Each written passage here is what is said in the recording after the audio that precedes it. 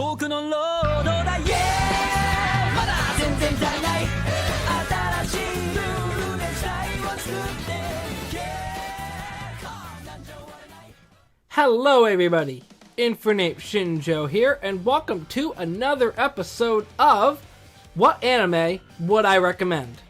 At least I think that's what the series is called. You know, that series that I did way back in the day where I take different topics and suggest anime for them. But today, I'm here to bring you Isekai anime.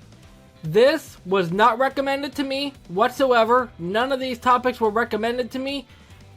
I was just sitting thinking, what anime would I like to discuss? And, you know, Isekai is kind of a big deal. For the whole two of you that might not know what an Isekai is, it translates to other world, and basically it's about a person that gets transported to another world, or in some situations it could be the reverse, like an alien or a monster or some form of that could be transported to the human world. But it's much more common to have a human be transported to a video game world. And there are a lot of well-known Isekai. None of them I'm going to be discussing here, because I am going to list off 3 Isekai anime that I really enjoy, and I feel like pretty well takes into consideration what an Isekai is supposed to be. Now, there are some Isekai anime where the main character is transported to a world and they're just incredibly broken. Sword Art Online, Overlord.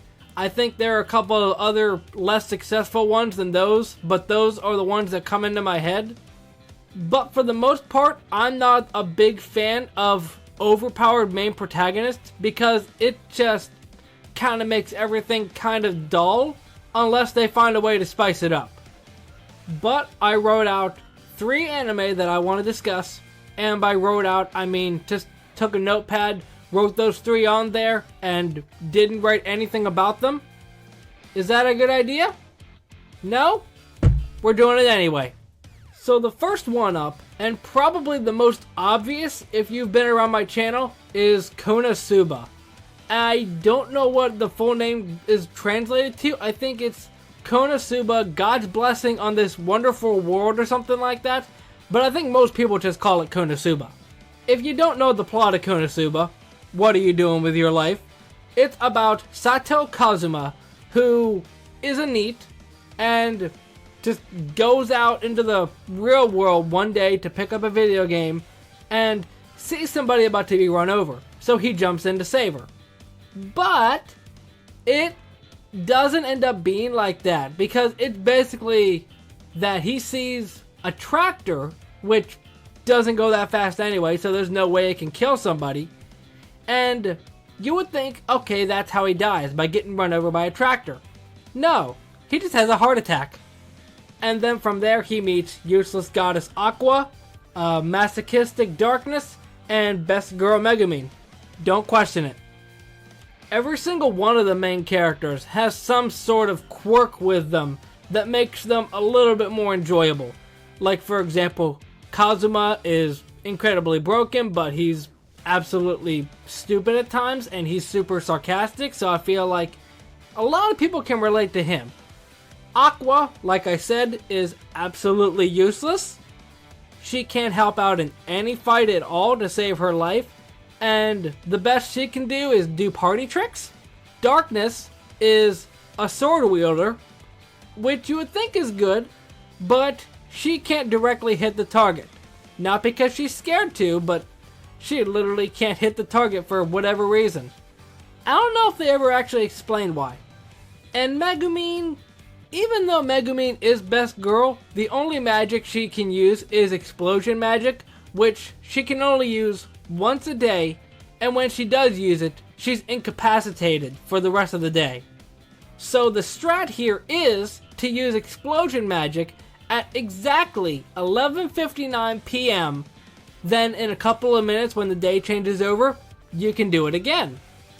That's not really a trick, I'm just trying to think of some joke about this anime, which this whole anime is basically a joke anyway, so I don't even know why I'm trying to make jokes.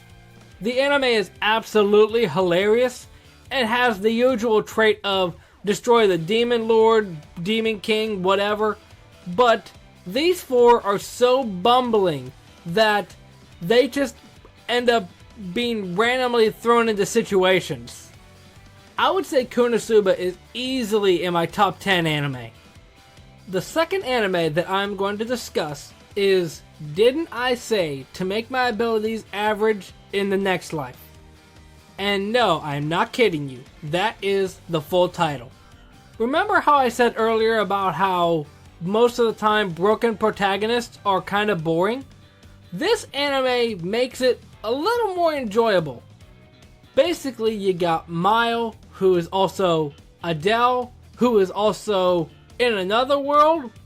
Maybe I should back up. So you got the main girl, who I can't remember her name in the real world. I think it starts with an M, but I don't know.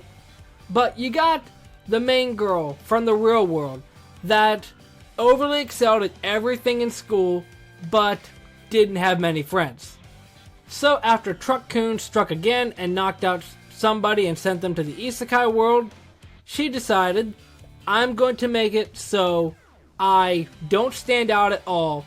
I'm not going to stand out because she did that in her other world and she didn't get any friends from it.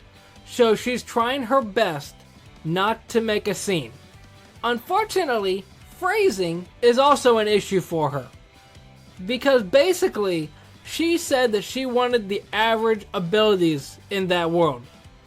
But it didn't work out that way because it took the average of the strongest creature in the world. I believe that's how it was. So from there, she was born into a rich family as Adele, but because of a whole backstory that I'm not going to spoil because they talk about everybody's backstories in an episode, she decides to go to a school. From there, she's determined, I'm not going to stand out exactly as she wanted before. But anytime anybody mentions her, let's just say her chest area, she goes ballistic and completely annihilates people. Obviously not helping her case not to stand out. Before she goes to the school, she meets Pauline, Reina, and Mavis, who, crazy enough, are her roommates. After everybody graduates from the school, they decide we're gonna all make a guild together. So, it's basically kind of like Konosuba, except if Kazuma was broken. Because at the same time, I can see traits from Konosuba in abilities average. Like for example, Reina and Megumin are much more similar than I first thought. Also, another similarity is Darkness and Mavis both wield swords, and they're both blondes. And I'm sure if you dig deep enough, you could find other similarities between the two, but those are two just off the top of my head. This show is just an absolute riot. I wouldn't say it's the best show. I wouldn't even go that far. I would say, from what I've seen of the 5 out of 12 episodes, I would give it 7.5 out of 10. Just from my personal opinion. But what really helps the show are all the references. Like, they literally have a JoJo reference in episode 5. They have a Dragon Ball reference in the training arc, multiple Dragon Ball references in the training arc, and I'm sure they have much more references that I haven't even seen yet. Actually, episode 5, they mention Pokemon.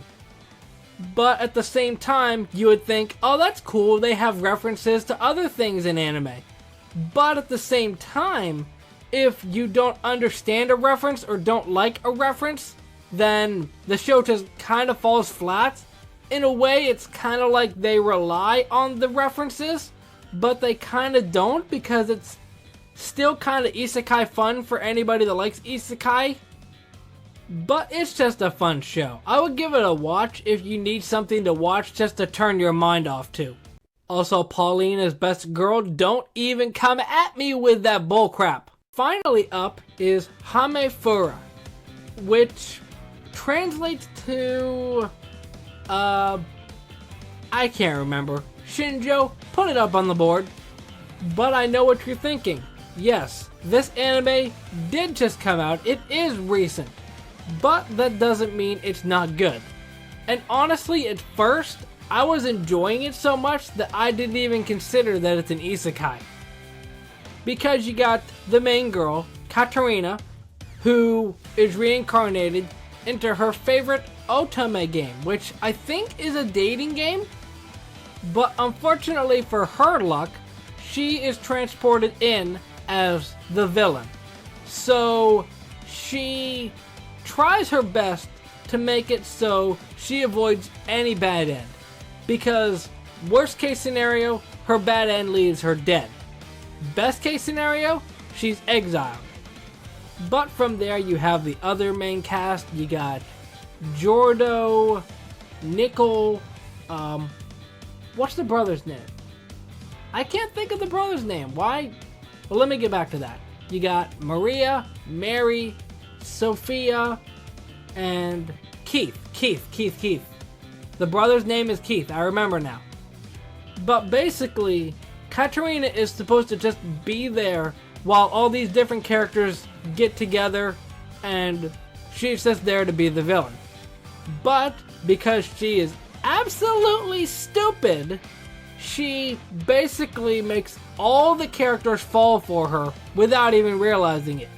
Honestly, at first, I wasn't even that keen on it. I would say I was at least a 6 out of 10, maybe 7 out of 10 interested in this anime. But then episode 11 came in. Or backing up, episode 10 came in. And everything got flipped on its head. And episode 11 was just the icing on the cake. I would hope that they don't botch it with episode 12. I have high hopes, but it isn't out yet. But like the last couple, basically you can just watch this without thinking about it, more or less. I would say for all of these, to just turn your mind off and just enjoy some good isekai. Because in all honesty, there aren't many isekai that I can say I enjoyed for the main story of it, in a weird way to put it. Like take this for example. I enjoy a good shonen anime like My Hero Academia. But at the same time, I like turning my mind off and enjoying something like One Punch Man that's supposed to be a parody on all these stuff. I wouldn't say that I went out of my way to really enjoy isekai anime that play it super straight and super serious. The two that I mentioned earlier, Sword Art Online and Overlord, I haven't gotten around to watching them. I know SAO is pretty long, so I'm not sure if I would even enjoy it if I do watch it. And Overlord doesn't seem too interesting to me. Like for me, and probably a majority of people, isekai anime is just a dime a dozen. If you've seen one, you've seen them all. Not to say that they're all bad, because there are people that genuinely enjoy isekai anime, and good for them. But just for me personally, there are so many isekai that these three stand out in my personal opinion, because they take it and put a spin on it. Konosuba having a cast of all idiots, abilities average, making the main character not want to stand out, but standing out even more because of it, and Hamifura just being a nice wholesome show. But that is going to be the end of today's video. If you enjoyed, hit that like button. Leave any isekai anime that you enjoyed down in the comment section. And I know there's a meme going around about this because of Nuxtaku, but yes, technically Digimon is an isekai. I didn't think about that at first, so if you want to technically include Digimon, I would say that's my honorary fourth, but it's a lot to watch through if you want to start from the start. But that is going to be the end of today's video, and I will see you in the next one. Momentai.